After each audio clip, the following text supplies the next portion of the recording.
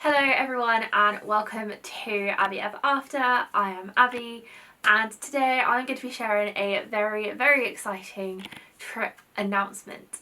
So if you don't already know, I have a Disney cruise coming up in August with my partner Aaron, and if you want to find out all the details about that trip and what we've planned and where we're sailing to, make sure to go check out that video that is already up on my channel.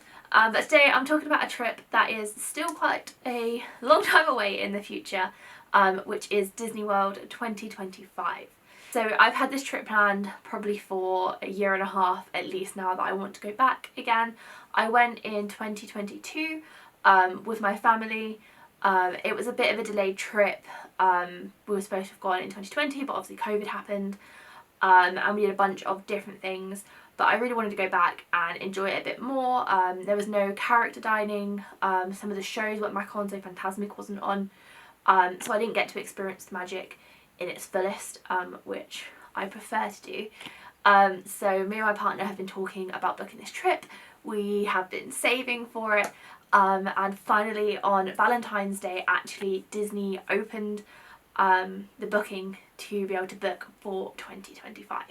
I will say these are very rough dates at the moment because we can't book the flights, but I will talk about what we're planning to do and the flights and kind of the timings of this trip. So we are hoping to fly in May, hopefully at the very start of the month, and the plan is to be out there especially for May the 4th.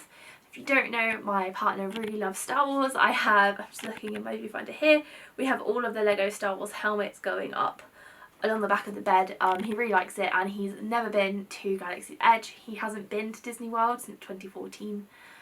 So he's really looking forward to going back and getting to experience all the new bits of the parks. And so it'd be extra magical for him if we manage to go to Hollywood Studios on the 4th of May. We're looking at being out there around from the 1st for 10 nights. So we'll have 11 days in the parks, which feels really exciting. I think that'll be the longest I've done just in Disney for quite some time.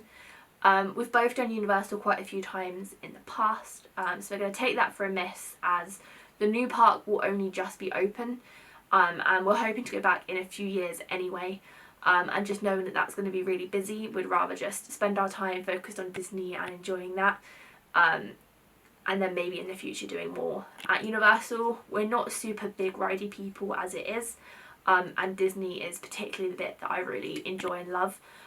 So it makes more sense to be there. We will be staying at Disney's Caribbean Beach Resort, so staying on site, and if you don't know, this is a moderate resort. This is probably one of my favourite resorts in the moderate range that I've stayed at. I've stayed at a few resorts at my time. I've stayed at a few of the more deluxe ones when I was younger, so when I was a child and travelling with my family. So I stayed at the Boardwalk and the Beach Club, both of which I adore. But I can't really justify the price of them, especially at the moment. So we'll be going back to Caribbean Beach. This will be my third time staying there. It is now a Skyliner resort, which is perfect. I really like how each island has its own pool. You've got your own like refillable drinks machine, at least in one of the block areas in the island location. And of course, like I said, you've got the Skyliner.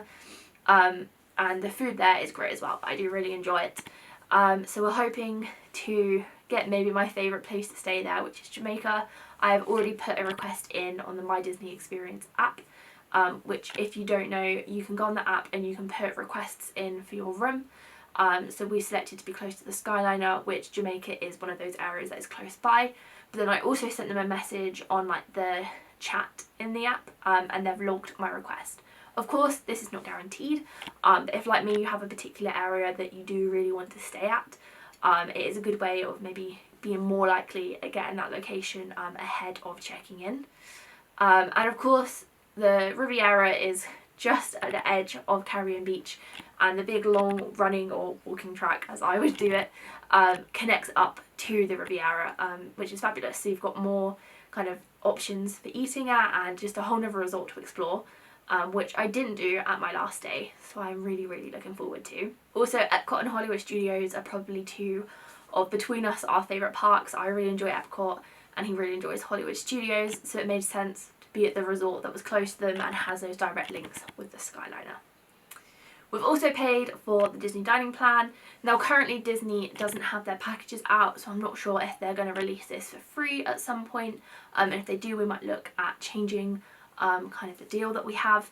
But currently we have paid for the dining plan. I might do a video in the future talking about the dining plan, and of course when we come back we will probably do a talk about did we get the most for our money. I've used the dining plan a few times before when it has been free and I found it very beneficial. Both of those times it was only quick service, and I did feel that I missed out by not getting the table service restaurants. However, at the time I was under 21. For one of those times I was actually under 18 even, so I couldn't get the benefit of having the alcoholic drinks.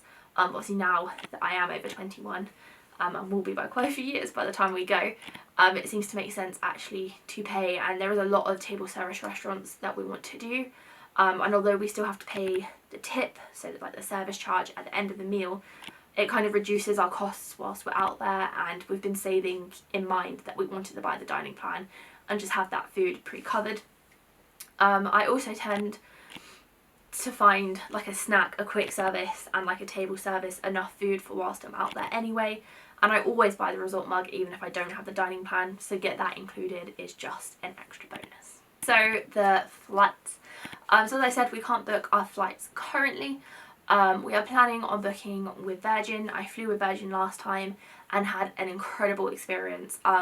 Previously I've flown with Norwegian Air and BA and then also Virgin, and I think at the moment for me Virgin just kind of trumps it. We are also getting points. We buy stuff using the Virgin Red app, and also have a Virgin credit card, just to make it clear that that's also why we're flying Virgin. And we hope to fly in premium class. There's a few reasons for this. First of all, if you don't know, I tend to get horrendously travel sick, and so on the premium, often on the plane, if you're on a window seat, there's only 2 seats, and as it's just the 2 of us flying, for me I will feel a lot calmer and a lot better, as I won't feel like I'm ruining as many people's trips, and I won't have to be kind of getting someone out of the way if I am unfortunately sick on the flight. And also Aaron is 6'2" and really likes the idea of the extra legroom. We have watched loads and loads of vlogs, and especially people who have flown premium, and for us it just seems like the best option for us to both have a comfortable flight, as well as that you get the 2 checked bags, which I've had before when I've flown Norwegian, and that was really useful as we just packed an extra bag in our suitcase, and then we had that so when we flew back we could just put in extra bits in that second suitcase and also get that checked in, so for bits that we buy, and also just to separate out like clean clothes and dirty clothes, just to make it super easy once we get back home.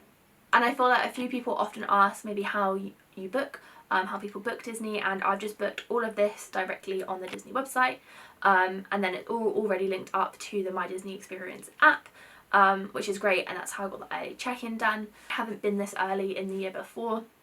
Historically I've either done like July time or October, and that's the 2 main times that I've done, so it'd be quite nice going for Flower and Garden when it's just fresh, and just on and a bit earlier in the year as well. If you have any questions about this trip, please just comment them down below, and don't forget to like and also subscribe so you can follow along me with this trip, with the upcoming cruise, and I'm sure I'll be sharing lots of packing videos and all of my tips and trips as well. This trip, Disney World, I think will be my 13th trip. I start getting a bit confused between Disney trips and places I've lived, as this is now the 14th place I've lived, and I think the last trip was my 12th Disney trip. So it'll almost be equal to my Disney World trips to places I've lived, which is a bit mad, and probably why I also feel like Disney is my second home. Hopefully we'll see you all soon with some more Disney related content. But also don't forget to follow me over on Instagram, where I share lots of Disney stuff pretty much every day. Bye!